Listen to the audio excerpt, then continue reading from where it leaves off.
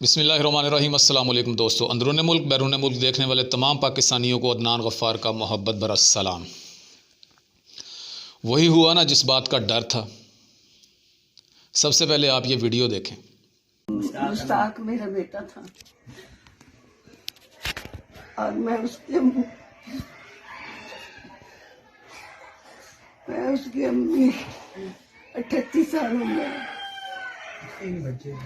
और उसके 3 बच्चे हैं। उसका कौन वाली वारिस बनेगा? मेरे को इंसाफ चाहिए। कोई बेगुनाह मेरा बच्चा मारे गया, सिर्फ मिलने वास्ते गया था कराची से मेरे पास। ये बेटा मेरा मुस्ताक। अब इस माँ की तकलीफ़ का इजाला कौन करेगा?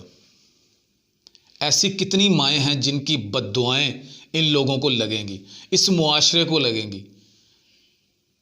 इसीलिए इस मुल्क का निज़ाम ठीक नहीं हो रहा, इसीलिए दिन ब दिन ये मुआशरा अंधे कुएं में गिरता जा रहा है। जिस बंदे को कत्ल किया गया है तौहीन मज़हब में, मावरा कानून, पुलिस के सामने, ये बंदा 17 से 18 साल का ज़हनी बीमार है, माजूर है ज़हनी तौर पर, जिसको इतनी बेरहमी से और इतनी बेदर्दी से कत्ल कर दिया गया, और वो भी मस्जिद के अंदर। और फिर कत्ल करने के बाद उसे दरख्त के साथ लटका दिया गया। 1400 साल पहले काफरों को और मुनाफिकों को ये मशवरे दिए जाते थे कि अगर आपको पनाह चाहिए, या अगर आप हज़रत उमर रज़ी अल्लाह ताला अन्हु के दौर में अमीरुल मोमिनीन, अगर उनके गज़ब से बचना चाहते हो तो मस्जिद में पनाह ले लो। तब मस्जिदों को अमान की जगह समझा जाता था, पनाह की जगह समझा जाता था। और आज मस्जिदों में मुसलमान ही मुसलमान को पकड़ के ठोक रहे हैं, मार देते हैं, जला देते हैं। उसकी उंगलियां भी काटी हुई थी, उसकी पोस्टमार्टम रिपोर्ट में ये चीज़ सामने आई है।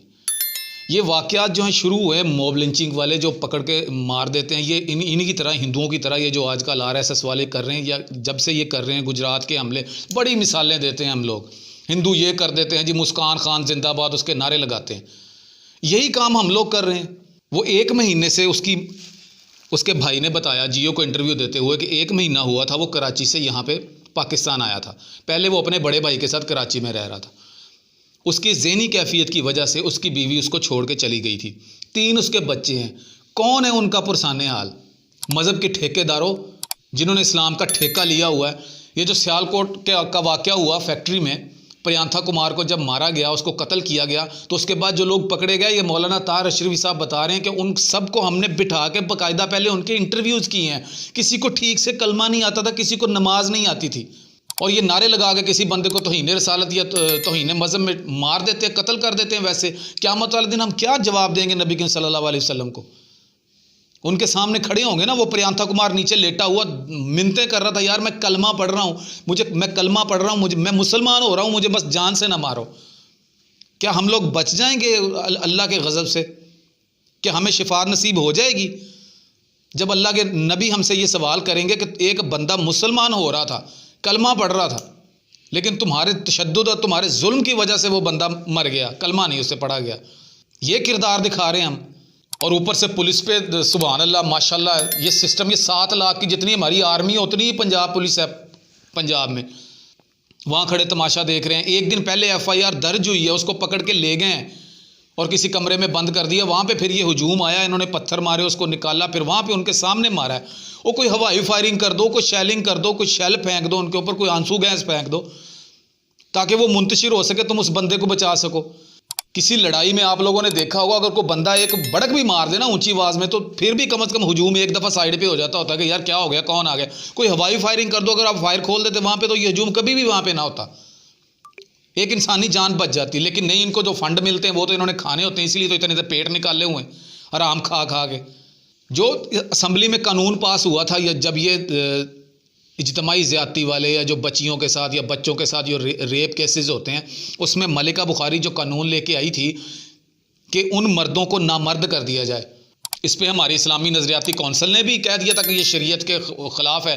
और ह्यूमन राइट्स वाले भी आ जाते हैं जब को लटकाने की बात होती है। ना रियासत को काम करने दिया जा रहा है, ना लोगों को किसी तरह रोका जा सकता है, तो फिर किधर जाना है हम? इसी तरह होगा फिर। वो पहले दिन उन लोगों को लटकाया होता ना, जो सियालकोट का वाक़या हुआ था, जो 2 भाइयों को डकैती के इल्ज़ाम में लोगों ने मार मार के मार दिया था और दरख्त के साथ लटका दिया था, अगर उनको लटकाया होता ना उस दिन, तो आज ये मामला ना होता। ये कितने मुसलमान हैं जो बैरून ममालिक में रहते हैं, पाकिस्तानी रहते हैं ना, यही इसी तरह की जहनीत रखने वाले, इन्हीं के भतीजे भांजे वहाँ पे गए हुए हैं ना, वहाँ पे ये सारी फ्रांस की चीज़ें भी इस्तेमाल कर रहे हैं, वहाँ पे ये यहूदियों की चीज़ें भी इस्तेमाल कर रहे हैं, उनके साथ कारोबार भी कर रहे हैं। वहाँ पे तो इनका जो है वो इश्क नहीं जागता, वहाँ पे तो इनका इस्लाम नहीं जिंदा होता। वहाँ पे कुछ जलसा जुलूस करके दिखाओ ना, टांगे तोड़ देंगे वो लोग तुम्हारी। लेकिन यहाँ पे चूंकि पूछने वाला ही कोई नहीं है, अपना ही या तो कोई चाचा डीएसपी होता है, अपना कोई मामा जो है वो एसएचओ होता है, उसी की बिहाफ पे, या आप पिंड के लंबरदार हो या चौधरी हो, उसी बिहाफ पे आप लोगों को मारते भी हो, रगड़ते भी हो, जलील भी करते हो, औरतों को बालों से पकड़ पकड़ के डालों में घसीटते हैं ये पुलिस वाले। और जहाँ पे रोकने वाली बात होती है, जहाँ पे ऐसा मामला होता है, वहाँ पे कुछ भी नहीं। फवाद चौधरी ने इस पर भी ट्वीट किया है कि ये जो अशरों की हमारी तालीमी निज़ाम, मिंबर और थाने का कल्चर है, जिस वजह से आज अवाम इस नहज पे पहुंची हुई है। और ये 100% बात ठीक है। ये जो आज गुंडे बने हुए हैं ना, ऊपर वाली छाती के 2-3 बटन खोल के बदमाश बने हुए हैं, और किसी भी बात पे तौहीन मज़हब का या तौहीन रिसालत का फतवा ठोक के अगले बंदे को मार देते हैं ना, इनका सिर्फ यही एक मसला है कि ये लोग स्कूलों में नहीं गए, इनको तालीम नहीं दी गई, इनको तरबियत नहीं दी गई। और फिर यही लोग हत्थे चढ़े इन मौलवियों के, जो मिंबर पे बैठ के नाम निहाद जो उलमा इकराम हैं, इनके हत्थे चढ़े और मिंबर पे बैठ के नफरत फैलाई, और ये वाली फ़ौज तैयार की गई। अगर उन हुक्म, इसीलिए मैं चीखता हूँ यहाँ पे सुबह शाम बैठ के कि लोग कहते हैं हुक्मरानों ने किया क्या है। तुम बैठ के चीनी, आटा, सोलंग, फिल्ट्रेशन प्लांट, इनको चाटते रहो बैठे। ये सबसे बड़ा नुकसान किया है हुक्मरानों ने, पुराने हुक्मरानों ने, कि हमारी आवाम को शऊर नहीं दिया, तालीम नहीं दी, बर्दाश्त नहीं है आज की नस्ल में।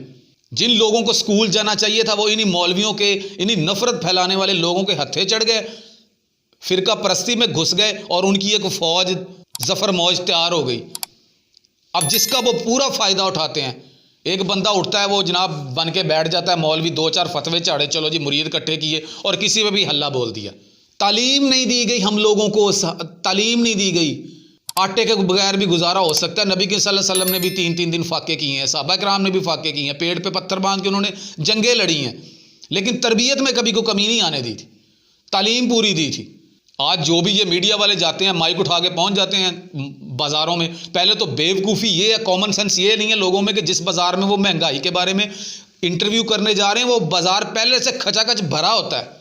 तो अगर हमारे मुल्क में महंगाई है, लोगों की इस्तात नहीं है कोई चीज़ खरीदने की, तो उस बाज़ार में वो छलकना लेने आए हुए हैं, क्या करने आए हुए हैं इतने लोग उस बाज़ार में। फिर वहाँ पे खड़े होकर एक ही बात कही जाती है, शहबाज शरीफ के दौर से दवाई सस्ती थी, शहबाज शरीफ के दौर में जनाब आटा सस्ता था, चीनी सस्ती थी। तालीम और सेहत ये एक बुनियादी हक है हर बच्चे का जो पैदा होता है। अगर उसको तालीम और सेहत दे दी जाए तो अवाम इस फ्रस्ट्रेशन से ना गुजरे, डिप्रेशन का शिकार ना हो, जिसमें आके बिल्कुल अदम बर्दाश्त पैदा हो जाती है अवाम में, जिसके बिहाफ पे वो किसी की बात के पीछे लग के सस्ती जन्नत के चक्करों में कि चलो यार अगर मैं भी इसको मारने में शामिल हो जाऊंगा तो क़यामत वाले दिन जनाब हुजूर सल्लल्लाहु अलैहि वसल्लम कहेंगे चल भी तू तो बगैर टिकट के जन्नत में चला जा, तुमने मेरे गुस्ताख को मारा था। यही पोर्ट्रे किया जा रहा है। मुसलमानों को शिद्दत पसंद मुसलमान कहा जाता है ना, यूरोप यही कह रहा है ना, यहूदी यही कह रहे हैं, तो हम वही तो दिखा रहे हैं अपने मुल्क में। क्या दुनिया में और कोई मुस्लिम कंट्री नहीं है? सब ने अपने लोगों को लगाम डाल के रखी हुई है, कानून है एक इस मुल्क में। कितनी देर तक हम लोग जो है वो एक दूसरे को इसी तरह काटते रहेंगे मजहब की बुनियाद पर? तुम माश के रसूल नहीं हो, तुम माश के रसूल नहीं हो। लोग उठ के फैसला कर रहे हैं कि तुम माश के रसूल नहीं हो। वो जो मुस्कान खान है जिसका इंडिया में हिजाब वाला मामला हुआ, जय श्री राम के लड़कों ने नारे लगाया और हिंदू परस्त जितनी भी इंतहा पसंद जमातें हैं वो इकट्ठी हो गई हैं, गवर्नमेंट उनको सपोर्ट कर रही है। हाई कोर्ट में उन्होंने केस किया, हाई कोर्ट से केस खारिज हो गया। हाई कोर्ट ने बल्कि ये फैसला सुना दिया है कि अब लड़कियां हिजाब नहीं करेंगी। सुप्रीम कोर्ट गया तो सुप्रीम कोर्ट ने कहा कि हमने ये सुननी ही नहीं है, दरख्वास्त उनकी खारिज कर दी हमने, आपका ये वाला फैसला, इस पर ना तो कोई केस सुनना है ना इस पर कोई बात करनी, बस आप हाई कोर्ट से ही दोबारा रुजू करो। ये हाल होगा अगर इस मुल्क का निज़ाम कोई ना रहा तो। अल्लाह का शुक्र अदा करना चाहिए हमें कि हम एक आज़ाद रियासत में रह रहे हैं, इस्लाम के नाम पे ये बनी है, इस्लामी जमहूरिया पाकिस्तान है। आईने पाकिस्तान में सारे इस्लामी कवानीन है, कुरान का निफाज है, सब कुछ इसमें है। सिर्फ़ और सिर्फ कानून की पासदारी हमें खुद करनी है, अपने मज़हब का प्रचार हमें खुद करना है, लेकिन सही वाला, मोहब्बत वाला, जो इस्लाम अमन का मज़हब है। पूरी दुनिया में सबसे बेहतरीन मज़हब इस वक्त यही है ज़िंदगी गुजारने के लिए। अगर आपस में एक दूसरे को इसी तरह मारते रहे, काटते रहे, तो ये मुल्क भी फिर किसी और के हत्थे चढ़ जाएगा। और यही हाल होगा जो आज हिंदुस्तान में हो रहा है, शाम में हो रहा है, इराक में हो रहा है, जितने भी मुस्लिम कंट्रीज़ हैं, जो मुसलमानों का जो हाल हो रहा है ना, यहाँ पे भी वही होगा फिर। इसलिए अपने इस्लाम को मोहब्बत के लिए इस्तेमाल करें, नबी की सल्लल्लाहु अलैहि वसल्लम के सही पैरोकार बने, जो उनकी तालीमात है। रहमतुल्लिल आलमीन, वो सब के लिए रहमत बन के आए थे। ये फतवे तब झाड़ो जब रियासत तुम्हें इजाज़त दे इस बात की। अभी रियासत बैठी है, अभी निज़ाम है कोई, लेकिन नहीं, अल्लाह ताला हिदायत दे हमें भी, हमारे मौलवियों को भी, जो मिंबर पे बैठ के फतवे झाड़ते रहते हैं, एक दूसरे के ख़िलाफ़ नफ़रत अंगेज़ तकरीरें चलाते हैं, और फिर वही लोग बाहर जाके बहस करते हैं और एक दूसरे का सर खोल देते हैं। तो अल्लाह ताला हमें और ऐसे लोगों को जो नफ़रत को फैलाते हैं, हमें हिदायत दे और नबी की सल्लल्लाहु अलैहि वसल्लम के बताए हुए रास्ते पे चलने की तौफीक दे। अब तक के लिए इतना ही। अपना और अपने चाहने वालों का ख्याल रखें। अल्लाह निगहबान।